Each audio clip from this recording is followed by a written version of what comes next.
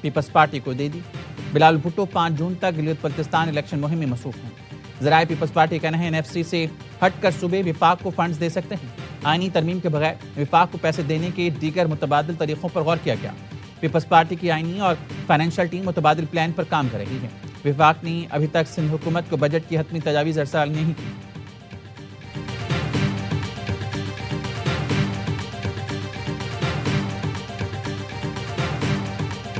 آپ نے 4 سال میں رس نکال کے دیکھ لیا، یہ طریقہ اکانومی چلانے کا نہیں ہے۔ اکانومی چلانے کے لیے لوگوں کے جیب میں پیسے ڈالے جاتے ہیں، لوگوں کے گھروں میں چھاپے مار کے، لوگوں سے یہ 147 پیج کے ٹیکس ریٹرن فارم بھروا کے اس کے بعد ان کو بلیک میل کرنے سے یہ سسٹم نہیں چل سکتا۔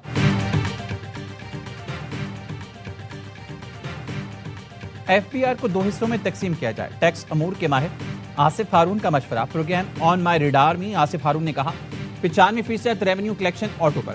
آج FBR بند بھی کر دیں تو آ جائے گا۔ FBR محنت کر کے صرف 2 سے 3% ٹیکس حاصل کرتا ہے۔ حکومت بینک ڈیٹا سے متعلق FBR کو الگ ٹارگٹ دے۔ سابق نگراں وزیر تجارت گوہر اعجاز نے کہا ہمارے پاس آگے چلنے کے 2 راستے ہیں، گروتھ یا معیشت کو بقا کے موڈ میں رکھیں۔ ملک کے کاروباری افراد پر اعتماد نہیں کیا جا رہا لیکن ٹیکس لیا جا رہا ہے۔ لوگوں کے گھروں پر چھاپے مار کر بلیک میل کرنے سے سسٹم نہیں چل سکتا۔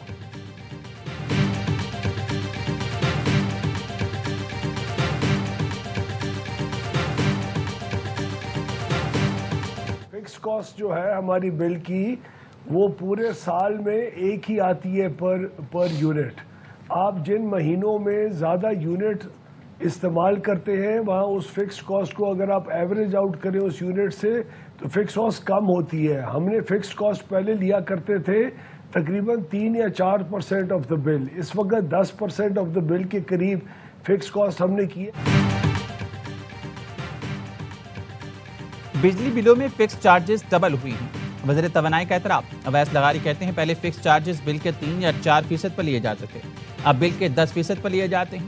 گھریلو صارفین کے لیے بجلی کے نرخوں میں کمی آئی، سبسڈی ملتی رہے گی تو 5 سے 6 روپے یونٹ بجلی سستی ہوتی رہے گی۔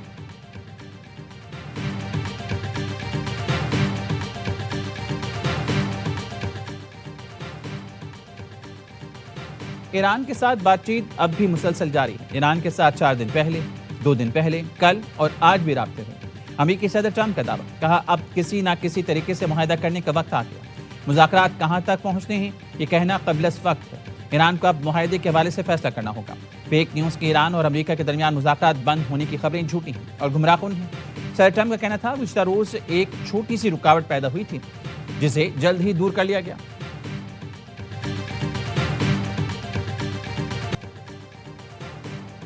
ایران کے لبنان پر حملے بند نہ ہونے پر سنگین نتائج کی دھمکی۔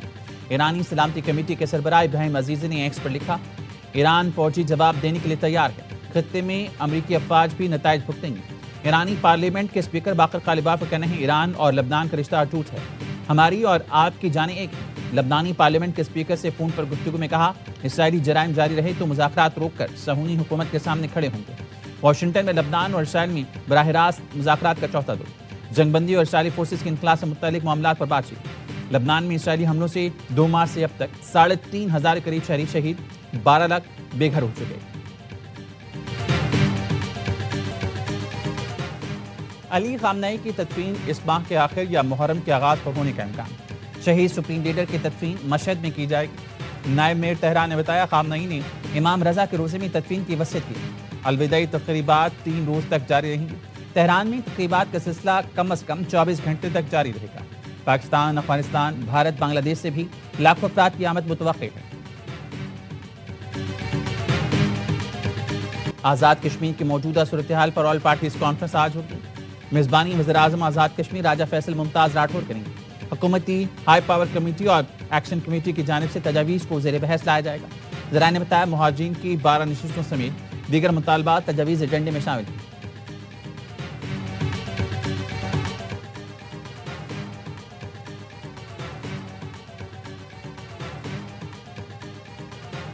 وزیر اعظم نے 1126 ارب کا ترقیاتی بجٹ ناکافی قرار دیا، 200 ارب روپے اضافے کی ہدایت۔ ذرائع کا کہنا ہے وزارت خزانہ اور وزارت منصوبہ بندی نے 200 ارب کے ترقیاتی فنڈز کے لیے کوششیں تیز کر دی۔ وزارت خزانہ اور FBR نے ٹیکس ہدف بڑھانے سے معاوضت کری۔ مختلف مالیاتی اقدامات کے ذریعے 200 ارب کی ایڈجسٹمنٹ کی کوششیں کی جائیں گی۔ وفاقی وزارتوں اور ڈویژنز کے ترقیاتی منصوبوں کے لیے 754 ارب سے زائد مختص۔ یاوئی نیوز نے آئندہ مالی سال کے وفاقی ترقیاتی بجٹ کی تفصیلات حاصل کر لی۔ اراکین پارلیمنٹ کی ترقیاتی اسکیموں کے لیے 72 ارب روپے مختص کرنے کی تجویز۔ نیشنل ہائی وے اتھارٹی کو 264 ارب روپے کا ترقیاتی بجٹ ملے گا۔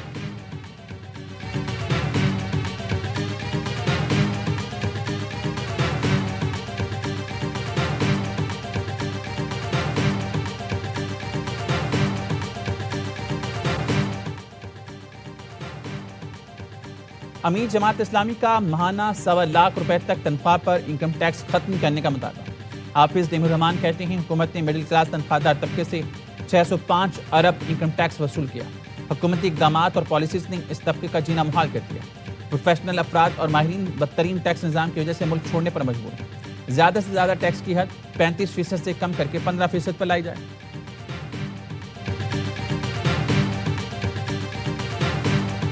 الیکٹرک کی انتظامیہ کے ساتھ رابطے میں ہیں۔ عوام اس وقت بھر میں بہت زیادہ پریشان ہے کہ الیکٹرک ہو، ہیسکو ہو یا سیپکو ہو، ان کی اپنی نااہلی کی وجہ سے عوام کو زیادہ پریشانی کا سامنا کرنا پڑ رہا ہے۔ کسی نے بل نہیں پڑا تو پورے محلے کی بجلی ڈسکنیکٹ کرتے ہیں۔ آئین پاکستان کی وائلیشن۔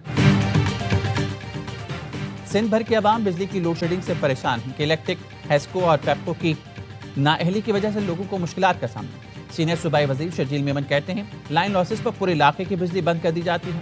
اجتماعی سزا عین کے خلاف ورزی۔ حکومت کی ذمہ داری ہے کہ بجلی کمپنیز کو پابند کرے۔ بجلی کمپنیز منافع کما رہی ہیں تو انفراسٹرکچر پر بھی خرچ کریں۔ سندھ کو 20% پانی کی کمی کا سامنا۔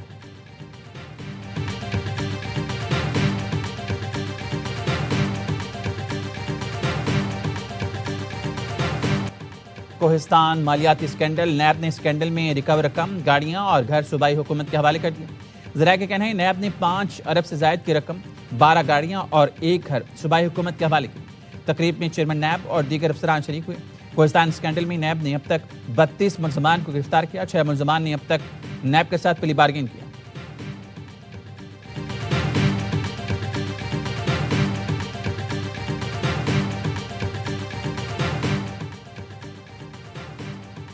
بلوچستان میں سیکیورٹی فورسز کی کارروائیاں پتہ ہندوستان کے 17 دہشت گردوں کو ٹھکانے لگا دیں۔ آئی ایس پی آئی کے مطابق مستون، نوشکی، زہری، خوزدار اور کیچ میں انٹیلیجنس بیس آپریشن کیے گئے۔ ہلاک دہشت گردوں سے اسلحہ، بارودی مواد اور آئی ڈیز برآمد۔ دہشت گرد مختلف کارروائیوں میں ملوث تھے۔ صدر مملکت، وزیر اعظم اور وفاقی وزیر داخلہ کی کامیابیوں پر سیکیورٹی فورسز کی ستائش۔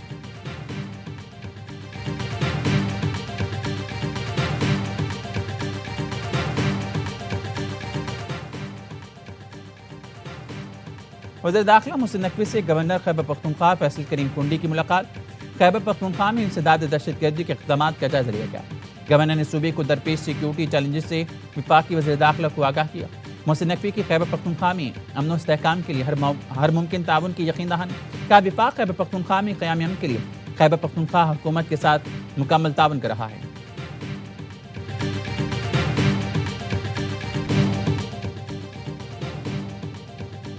کراچی پولیس کی کوکین ڈیلر ارمول اور پنکی کے سہولتکاروں کی ضمانت روکنے کی کوشش۔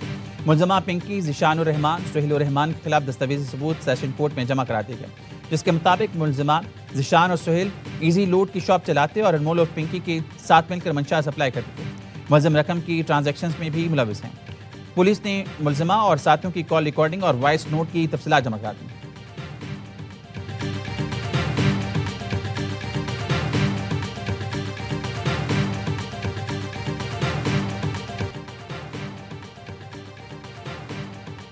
کراچی میں گلستان جوہر سے منشیات فروش شیریں اور شرینہ 2 بیٹوں سمیت گرفتار۔ پولیس کا کہنا ہے ملزمہ ہیروئن، چرس اور دیگر منشیات کا دھندا کرتی ہے۔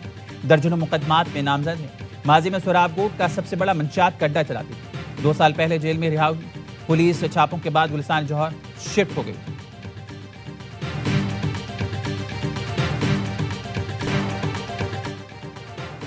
کراچی ہل پارک کے 500 گز کا اصل پلاٹ نقشے میں موجود ہی نہیں ہے۔ میئر کراچی مرسد وہاب کا وزارت ہاؤسنگ کو خط لکھا۔ ہل پارک کی قیمتی زمین پر PCHS کے نام پر قبضے کا شبہ ہے۔ بلاک 6 کے پلاٹ نمبر G439 کی نقول دی جائیں گی۔ پلاٹ کی غیر قانونی سب لیز کی گئی تو متعلقہ افراد کے خلاف کارروائی ہوگی۔ جماعت اسلامی نے ہل پارک کی پہاڑی کی کٹائی اور تعمیرات کے خلاف سندھ ہائی کورٹ سے رجوع کر لیا۔ رکن اسمبلی محمد فاروق کہتے ہیں شہر میں نئے انداز کی چائنا کٹنگ ہو رہی ہے، مرصبہ پارکس پر قبضہ کر رہے ہیں، ہل پارک کی زمین پرائیویٹ لوگوں کو کیوں دی جا رہی ہے؟ ہم کراچی کے لوگوں کو لاوارث نہیں چھوڑیں گے۔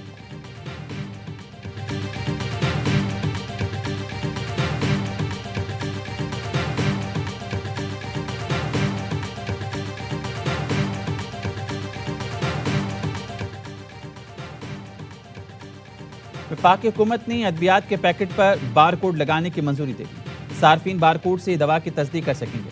وزیر صحت مصطفیٰ کمال کہتے ہیں ملک سے جعلی ادویات کے خاتمے کی جانب تاریخی قدم ہے، بار کوڈ کے ذریعے غیر معیاری ادویات کا خاتمہ ممکن ہوگا۔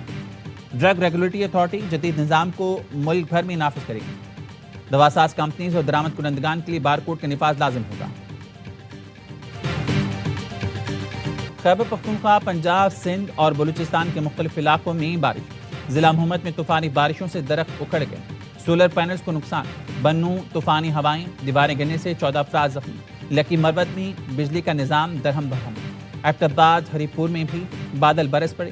پنجاب کے مختلف حصوں میں بارش، بسرور، ملکپال، خوشاب، فیروز والا میں بادل برسنے سے گرمی کا زور ٹوٹ گیا، ڈسکا اور گجرات میں متعدد فیڈرز ٹرپ کر گئے۔ سکھر، کندکوٹ، جیکب آباد، ٹھل سمیت سندھ کے مختلف علاقوں میں بارش سے گرمی کی شدت میں کمی، بلوچستان کے مختلف علاقوں میں بھی بادل برس پڑے، وسطی محمد کی سڑکوں پر پانی جمع ہو گیا، سیوریج کا نظام درہم برہم، فیڈر سٹرپ ہونے سے مختلف علاقے اندھیرے میں ڈوب گئے۔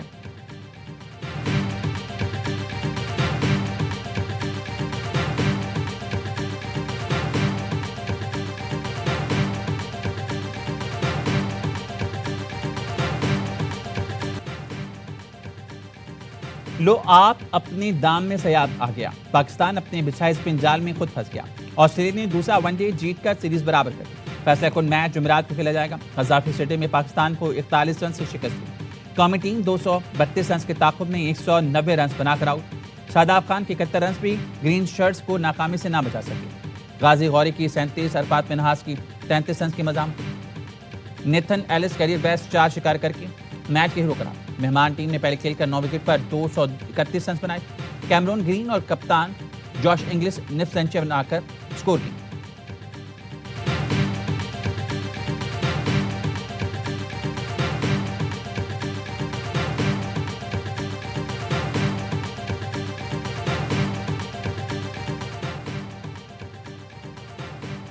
ہم نے 20 سے 30 رن زیادہ بنوائے، یہی ناکامی کی وجہ بنی۔ قومی ٹیم کے کپتان شاہین آفریدی کے میچ کے بعد گفتگو، کہا اس میچ کی پچ پنڈی سے بہت مختلف تھی، نیتھن ایلس نے عمدہ بالنگ کی، کوشش ہوگی آخری میچ جیت کر سیریز اپنے نام کریں۔